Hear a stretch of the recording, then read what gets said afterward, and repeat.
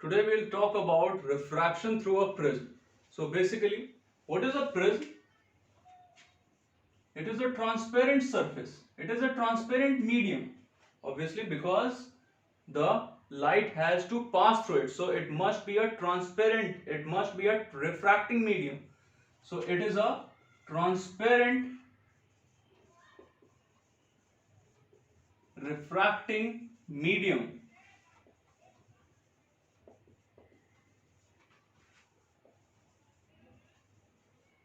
bounded by 5 plane surfaces. I'll draw a schematic diagram of prism so that the parts they are clear to you.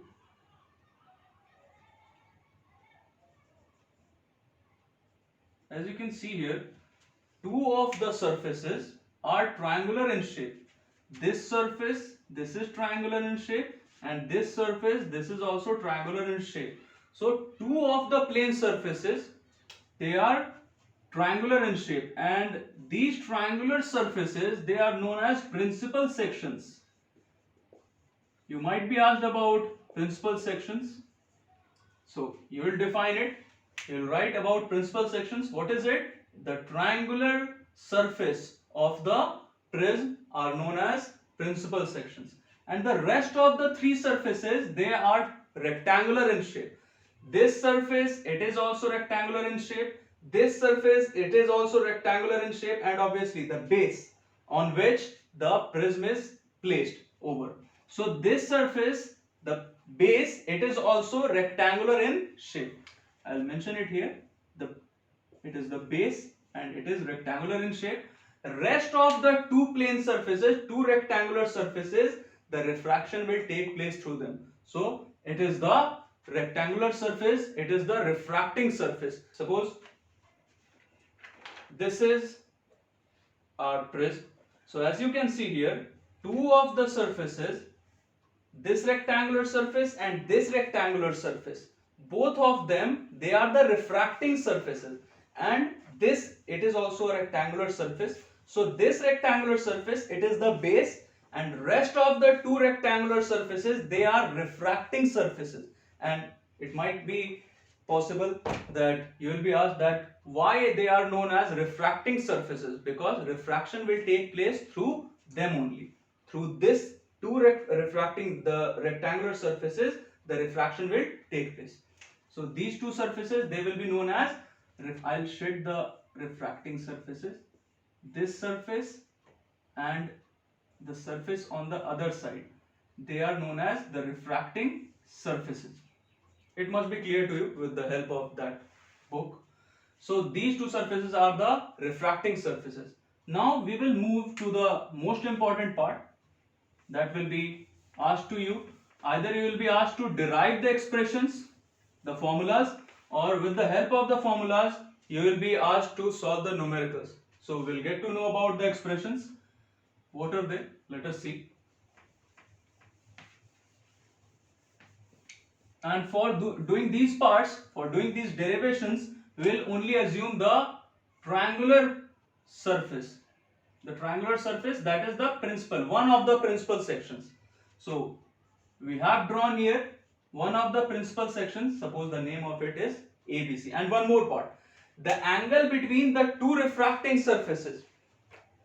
Let me tell you, the angle between, that is the between two rectangular surfaces, these two rectangular surfaces, the angle between these two refracting surfaces, this angle, it is known as the angle of prism. So this angle, it is our angle of prism, angle A, and in general it is denoted by A, angle A. So this is our angle of prism. And suppose a monochromatic light ray. What is monochromatic? As the term sounds, monochromatic. The term chromatic here, it stands for color of light, any color of light. And obviously mono means single. So monochromatic light ray means a single color of light. Suppose it might be of any color, violet, red, indigo, blue, any color. So this is our incident ray. Any monochromatic light ray, it strikes this surface AB. And as you can see here, this is our medium, that is here. And this is the glass, that is the prism. It is generally made up of flint glass or crown glass, any glass. So this is our incident ray, and as soon as this incident ray it strikes the surface AB, it has to move, it has to travel from a optically rarer medium to optically denser medium. So you know the part. What will happen here? The light ray, it will bend towards the normal. So it bends towards the normal. I'll produce this line in forward direction. This should have been the direction of light ray, incident ray. But the light ray, it deviates from its original path and moves towards the normal. So this must be our angle of incidence, that is denoted by I1. That is the angle between incident ray and the normal. It is our angle of incidence. And what about this part? This is our refracted ray and this is normal. So the refracted ray, it will make an angle with the normal, that is the angle of refraction. We denote it by the symbol R1. So this is our angle of refraction. As you can see here, the light ray, the refracted ray that is inside the prism, it is going to strike the surface AC. Then refraction will take place for the second time. And this time, light ray has to travel from glass to air. So you know about that part also. What will happen here?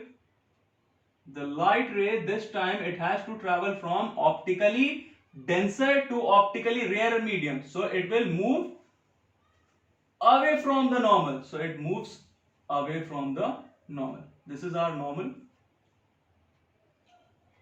So this time the light ray, it will move away from the normal, making an angle of refraction, or we call it, more precisely, we will call it the angle of emergence. This is our angle of emergence.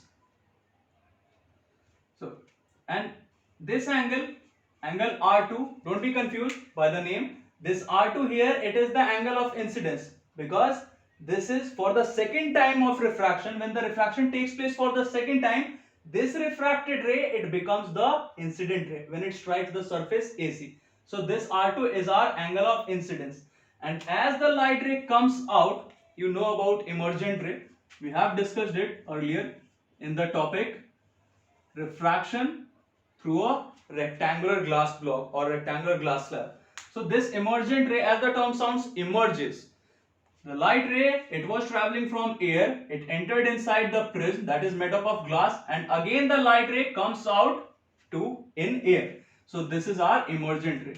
And obviously the angle made by the emergent ray and the normal, it is our angle of emergence. We denote it with the symbol I2. I'll mention it here. This angle I1, it is the angle of incidence when the light ray strikes the surface AB. This angle I2, it is the angle of emergence. It should be made clear. This is the angle of emergence. Angle R1, as you can see here, it is made by the refracted ray and the normal. It is the angle of refraction. But the angle R2, what is it? For this time, for the refraction taking place for the second time, it will be our incident ray, and the angle made by the incident ray and the normal, it should be the angle of incidence. So this is our angle of incidence.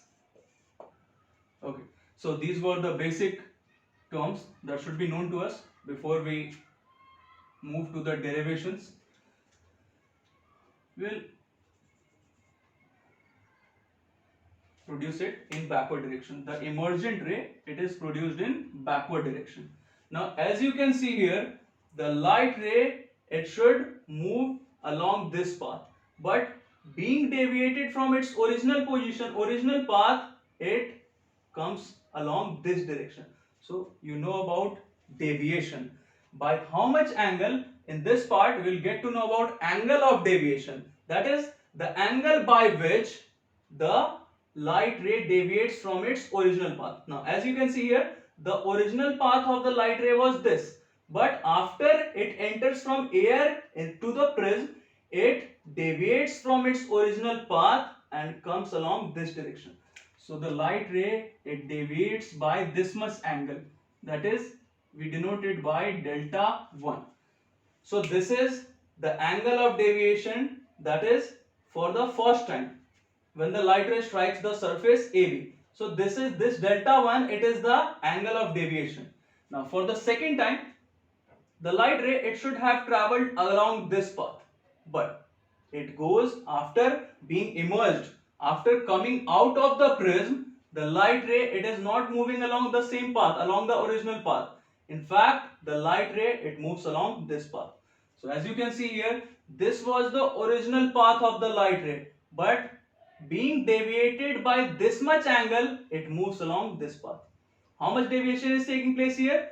This was the initial path of the light ray and it deviates by this much angle. It deviates by this much angle and comes along this path. So this is the angle of deviation for the second time of refraction, when the refraction takes place for the second time. Now as you can see here, we'll name this triangle something. Suppose this is M, and this point it is N, this point is M, this point it is named as P, and suppose this is Q. Now we are moving towards the derivation part. I'll rub this.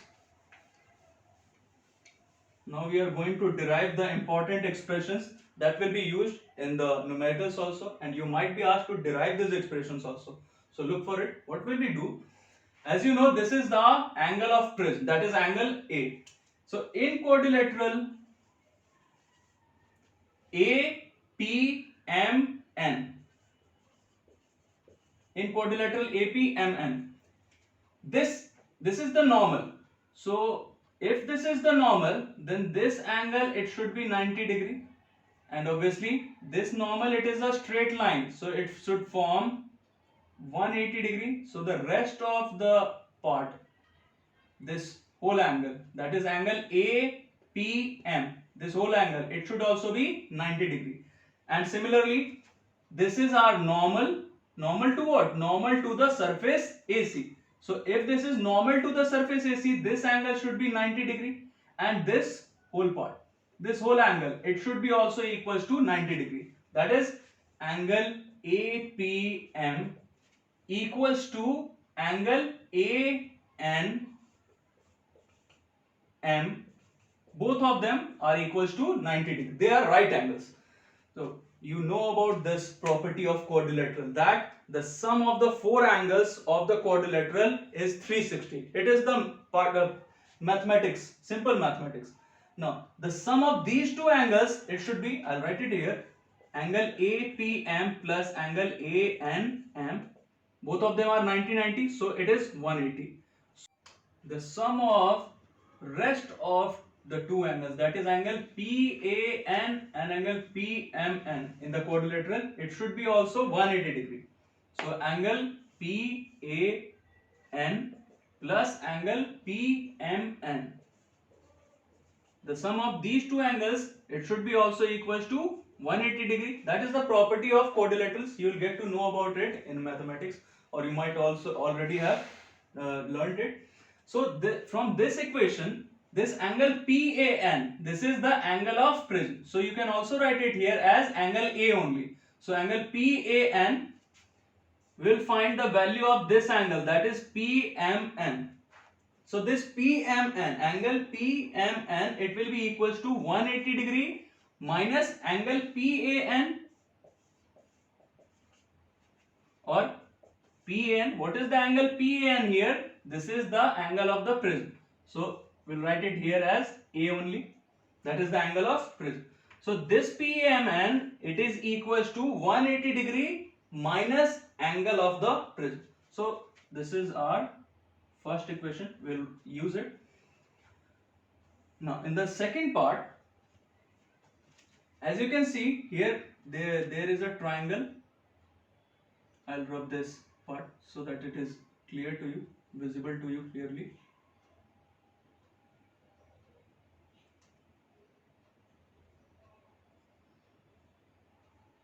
Now, as you can see here, a triangle is being formed. That is the triangle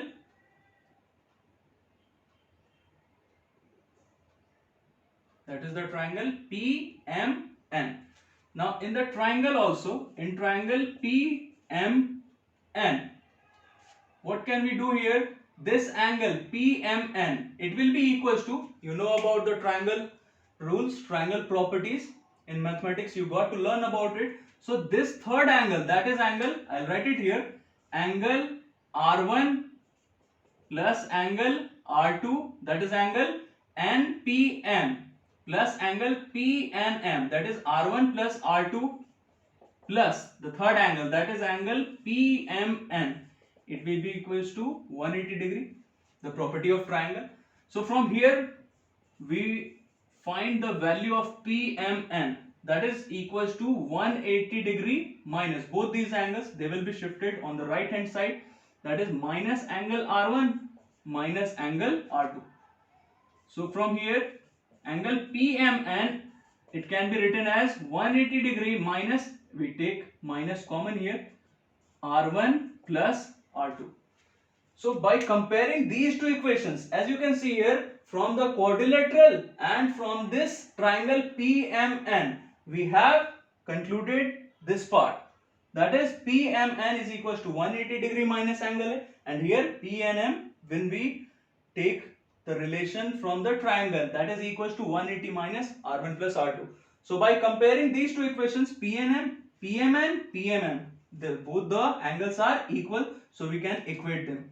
So from this part, by comparing these two equations, what do we get? That 180 minus angle A is equals to 180 minus R1 plus R2. I'll write it over here.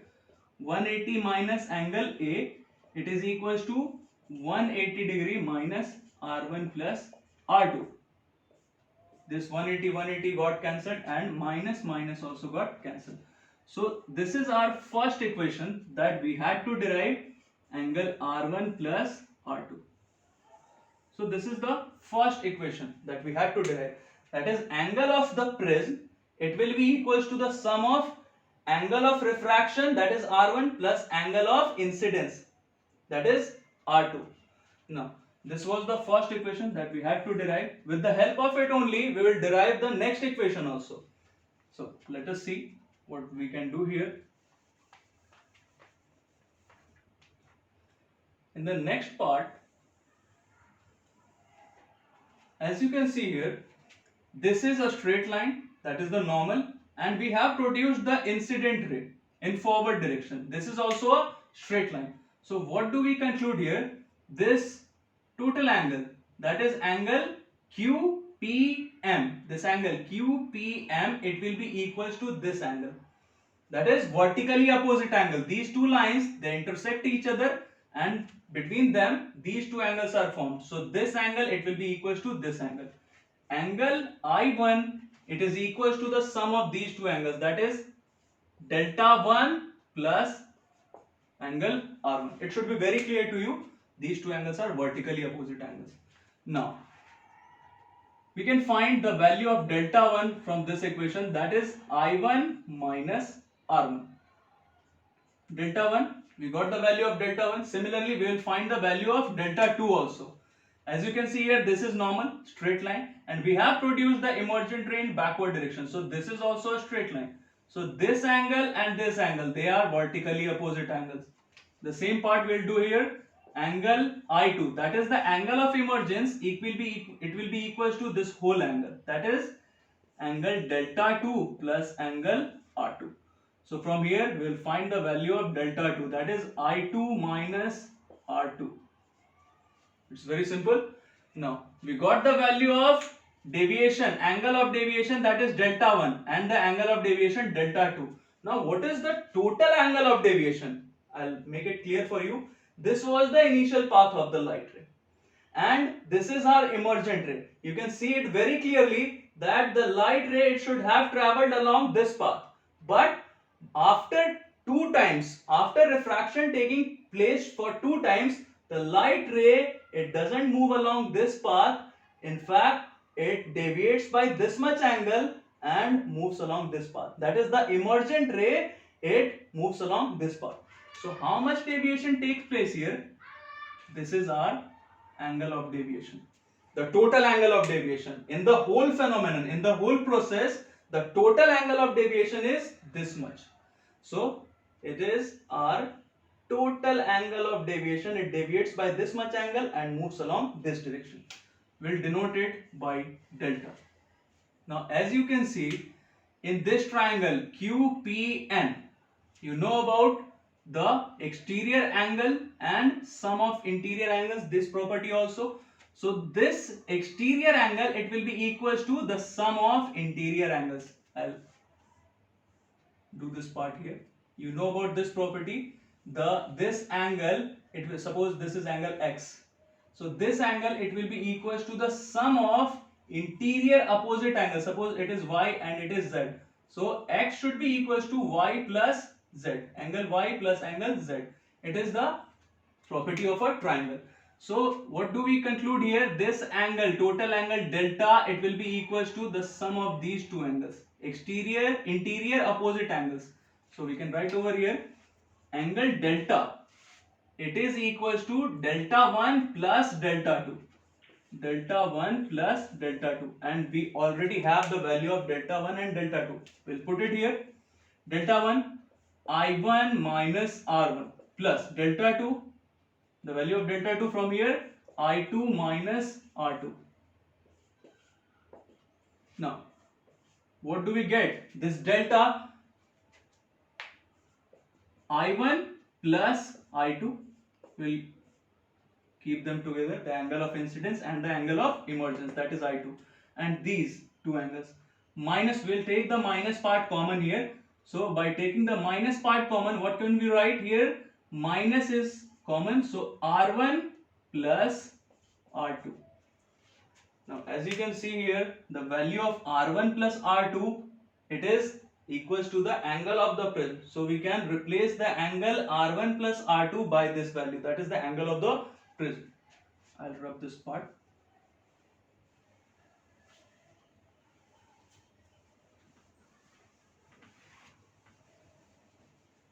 So this is our equation 1. You can mention it here. This is our equation 2. It might be possible that you have to use this expression also in any of the numericals. It's very simple. So this is our equation 2. I'll mention it here. This is our equation 2. And when we put the value of R1 plus R2 equals to A in this equation 2, I'll write it here. Putting the value of R1 plus R2 from equation 1. From equation 1 we got the value of R1 plus R2. We'll put it in the equation 2. In equation 2, what can we write? This equation 2, it can be rewritten as I1 plus I2 minus angle A. So what do we conclude here? Delta plus angle A, it is equals to I1 plus angle I2. So this expression is also important for us, that might be used by you in the numericals. And you know about this delta. What is this delta? This is the angle of deviation. And simply, what is angle of deviation? This is the angle between the incident ray produced in forward direction and the emergent ray produced in backward direction. So it is formed between these two lines. Incident ray produced in forward direction and emergent ray produced in backward direction. This angle, it is known as the angle of deviation. You might be asked to define it also. So this was all about the refraction through a prism.